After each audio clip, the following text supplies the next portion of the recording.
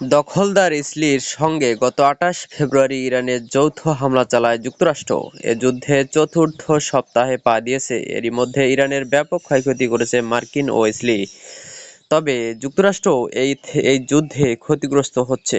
সংবাদ মাধ্যম ব্লুমবার্গ বৃহস্পতিবার ১৯ মার্চ এক প্রতিবেদনে জানিয়েছে, যুক্তরাষ্ট্র এ যুদ্ধে এখন পর্যন্ত ১৬টি এয়ারক্রাফট হারিয়েছে, যার মধ্যে ১০টি হলো অত্যন্ত দামি MQ-9 রিপার ড্রোন আর বাকি ৬টি যুদ্ধ বিমান, যার মধ্যে যুদ্ধ বিমান ছাড়াও রিফুয়েলিং বিমানও আছে। ব্লুমবার্গ বলছে, সবচেয়ে বড় ক্ষতিটি হয়েছে কুয়েতে।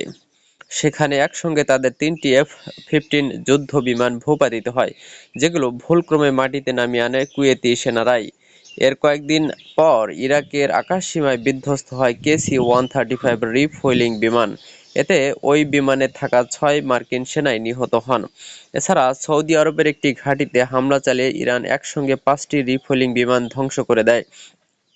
এরই মধ্যে গতকাল ইরান মার্কিনীদের অত্যাধুনিক F-35 বিমান হিট করে। যদিও বিমানটির পাইলট এটি দ্রুত মধ্যপ্রাচ্যের একটি দেশে নিয়ে এসে জরুরি অবতরণ করান, কিন্তু এটি ক্ষতিগ্রস্ত হয়, যা নির্দেশ করেছে ইরানের আকাশ প্রতিরক্ষা ব্যবস্থা এখনও সক্রিয় রয়েছে।